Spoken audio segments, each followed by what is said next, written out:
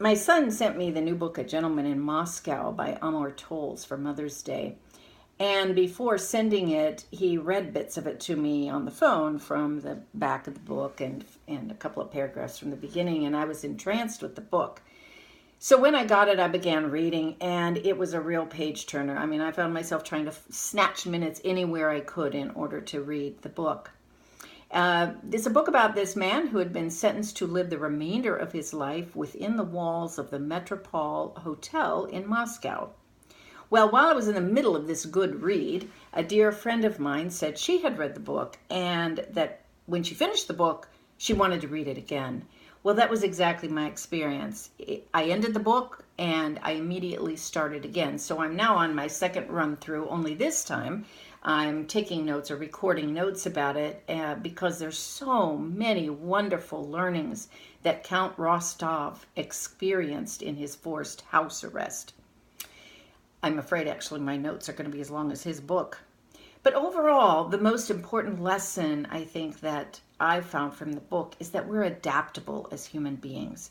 No matter what circumstances we find ourselves in, we always have the capacity to be open to what that experience has to offer, and we can do it with dignity. He had such dignity in this forced environment that he had to live in. Stress occupies so much space in our lives in the modern world. And so it makes it hard when we're encountering stress to stay open. And the very things that have always been touted to us as making our life easier often only make it more complex and complicated. We can find ourselves in a state of overwhelm and discontent.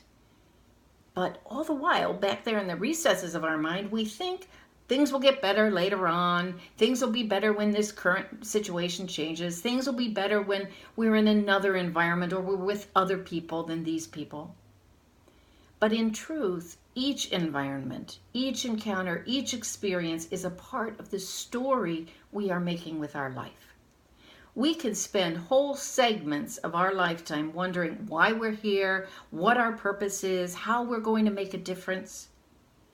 Yet if we live our lives in a way that just lets them unfold and we go with that unfolding without resistance, we'll not only find our purpose clearly before us, we'll also see that we make our difference in the world in that very moment, in that very environment, with those very people. And then when we come to the end of our lives, we'll know that we have lived as God wanted us to live. Fully, attentively, with curiosity, dignity, and verve. Thanks, everybody. Love you.